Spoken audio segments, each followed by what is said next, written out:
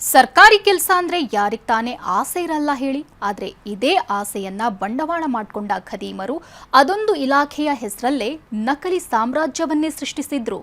ಯುವಕರ ಬಳಿ ಲಕ್ಷ ಲಕ್ಷ ವಸೂಲಿ ಮಾಡಿದ ಖದೀಮರು ನಕಲಿ ಲೆಟರ್ ಹೆಡ್ ನೇಮಕಾತಿ ಆದೇಶವನ್ನು ಕೊಟ್ಟಿದ್ರು.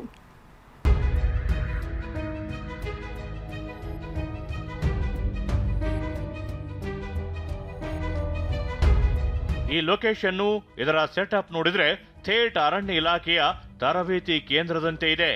ಆದ್ರೆ ಇದ್ಯಾವುದೋ ಅರಣ್ಯ ಇಲಾಖೆ ಕಚೇರಿಯೋ ಅಥವಾ ತರಬೇತಿ ಕೇಂದ್ರವೂ ಅಲ್ಲ. ಅಮಾಯಕ ಯುವಕರನ್ನ ಕರೆತಂದು ಅರಣ್ಯ ಇಲಾಖೆಯಲ್ಲಿ ಕೆಲಸ ಕೊಡಿಸ್ತೀನಿ ಅಂತ ವಂಚಕರು ಮಾಡಿರುವ ಜಾಲ. ಅರಣ್ಯ ಇಲಾಖೆ ನೇಮಕಾತಿ ಹೆಸರಲ್ಲಿ ನಕಲಿ ತರಬೇತಿ ಕೇಂದ್ರ. 15 ಯುವಕರಿಂದ ತಲಾ 3 ರಿಂದ 5 ಲಕ್ಷ ಪಡೆದು ವಂಚನೆ. ಅಂದಹಾಗೆ ಇದು ತುಮಕೂರು ತಾಲೂಕಿನ ವಡ್ರಹಳ್ಳಿಯ ವಾಲೆಚಂದ್ರ ಅವರ ಪುತ್ರನ ತೋಟ.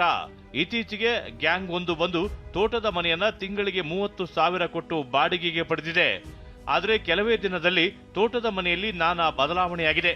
ಗೋಡೆಗಳಿಗೆ ಬಳಿದ ಬಣ್ಣ, ಬೋರ್ಡ್, ಅಪರಿಚಿತ 15 ಯುವಕರ ವಾಸ ಅನುಮಾನ ಮೂಡಿಸಿತ್ತು. ಹೀಗಾಗಿ ತೋಟದ ಮಾಲೀಕ ಹಾಗೂ ಸ್ಥಳೀಯರು ಅರಣ್ಯ ಇಲಾಖೆಗೆ ಮಾಹಿತಿ ನೀಡಿದ್ದಾರೆ. ಆಗ ಸ್ಥಳಕ್ಕೆ ಬಂದ ಅರಣ್ಯ ಅಧಿಕಾರಿಗಳು ದಂಗಾಗಿ ಹೋಗಿದ್ದಾರೆ. 15 ಯುವಕರ ಬಳಿ ಲಕ್ಷ ಲಕ್ಷ ಹಣ ಪಡೆದು ಅರಣ್ಯ ಇಲಾಖೆಯಲ್ಲಿ ಕೆಲಸ ಕೊಡಿಸುವುದಾಗಿ ತರಬೇತಿ ನೀಡುತ್ತಿರೋದು ಗೊತ್ತಾಗಿದೆ.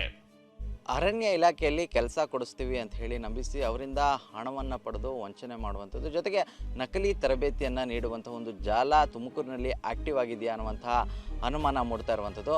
ಇದಕ್ಕೆ ಕಾರಣ ಆಗಿರುವಂಥದ್ದು ನಾನು ಇರುವಂತಹ ಸ್ಥಳ ನೋಡ್ಬೋದು. ಇದು ಇರುವಂಥದ್ದು ತುಮಕೂರು ತಾಲೂಕಿನ ವಡ್ಡರಹಳ್ಳಿಯಲ್ಲಿರುವಂತಹ ಒಂದು ತೋಟದ ಮನೆ ಅಂತಲೇ ಹೇಳ್ಬೋದು. ಈ ವಂಚನೆ ಜಾಲದಲ್ಲಿ ತುಮಕೂರಿನ ನಮಸ್ತೆ ಕೆಫೆಯ ಪವನ್, ನೆಲಮಂಗಲದ ಕಿರಣ್ ಹಾಗೂ ವಿನಯ್ ಹೆಸರು ಕೇಳಿ ಬಂದಿದೆ. ಬೆಳಗಾವಿ, ಬಾಗಲಕೋಟೆ ಸೇರಿದಂತೆ ಉತ್ತರ ಕರ್ನಾಟಕದ 15 ಯುವಕರನ್ನ ಕರೆತಂದಿದ್ದಾರೆ.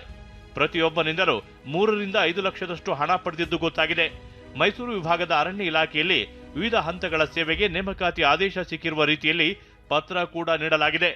ಪ್ರಧಾನ ಮುಖ್ಯ ಅರಣ್ಯ ಸಂರಕ್ಷಣಾಧಿಕಾರಿ ಮೀನಾಕ್ಷಿ ನೇಗಿಯವರ ನಕಲಿ ಲೆಟರ್ ಹೆಡ್, ಅರಣ್ಯ ಇಲಾಖೆಯ ಲೋಗೋ ಸೇರಿ ಪ್ರಧಾನ ಕಾರ್ಯದರ್ಶಿ ಸಹಿ ಹಾಗೂ ಸೀಲ್ನ ನಕಲು ಮಾಡಿದ್ದಾರೆ.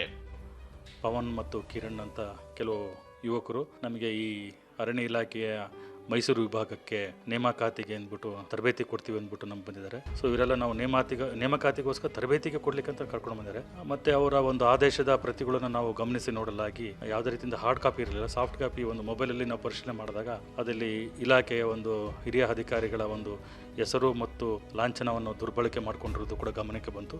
ಸದ್ಯ ಅರಣ್ಯ ಇಲಾಖೆ ಅಧಿಕಾರಿಗಳು ತುಮಕೂರು ಗ್ರಾಮಾಂತರ ಠಾಣೆಗೆ ದೂರು ನೀಡಿದ್ದಾರೆ. ಪರಾರಿಯಾಗಿರುವ ಗ್ಯಾಂಗ್ಗಾಗಿ ತಲಾಶ್ ನಡೆಸಿದ್ದಾರೆ. ಜಗದೀಶ್, TV9 ತುಮಕೂರು.